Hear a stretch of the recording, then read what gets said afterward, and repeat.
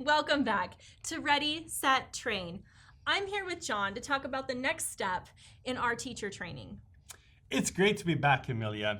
I really enjoyed the activities and readings in the first module, and now I'm ready to take that next step. So, last time you mentioned something pretty interesting. Something about investigating? That's right. Our next step is an investigation to find out more about our participants so we can design our training especially for them. I love that idea. That way the participants will really find it helpful. Yes, this step is very important, and it is also something that you should do as a classroom teacher. So you know how as a classroom teacher, we give our students a diagnostic and a pretest, right?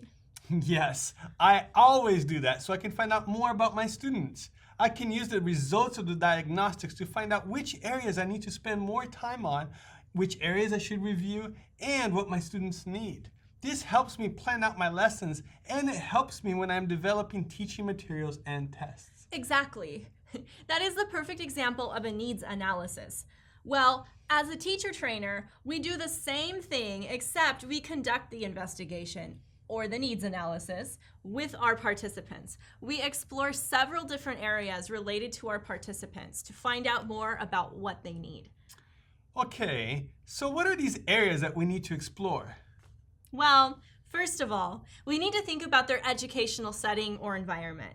This involves the instructional goals of the program, department, or school.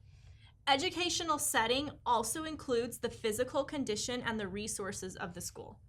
Okay, that makes sense because all of those factors can affect the teachers and what types of trainings will be appropriate for them in their educational setting. Yes, and we also need to find out about the participants' class characteristics, such as the size of their classes and the background of their students. Okay, find out more about class characteristics, what kind of students the participants are teaching, and maybe what a typical class looks like for my participants. Got it. What else? Next, you will need to find out about who has control over the participants' course content or curriculum. I mean, who decides the content of what the participants are teaching? Does the government decide? Does each school decide on the curriculum? Oh, I see. Do the participants get to select what they teach? Do they have the flexibility to choose their teaching materials? Can they try something new, or do they need to use a standardized curriculum? Exactly. All of those questions are related to who has control over the curriculum. And lastly, we need to think about how participants will be assessed and how our training will be evaluated. This is especially important if we have to meet specific assessment requirements. Oh, right. For example, my school wants me to give a test at the end of my training before my participants can receive a certificate. After we finish exploring these areas, we have a better idea of what the participants need. We can design our training to fill those needs. It helps us decide on the purpose of the training. Okay, so now that I understand what it is and why we do it, but how do I do it?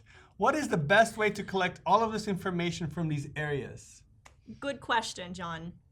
There are lots of different tools you can use to collect this information. You can use surveys, interviews, observations, and focus groups. Also, you can get information from more casual conversations. You're going to read about all of these needs analysis tools, and you're going to see some examples. Good. I'm really curious about what some of those needs analysis tools look like and how I should use them. You'll find out in the reading. Don't worry. I'll also meet up with you later to give you some tips for conducting your own needs analysis. Thanks. I could really use your tips. I'm so happy that you're here to guide me. This is all new to me, but your tips and advice are helping me every step of the way.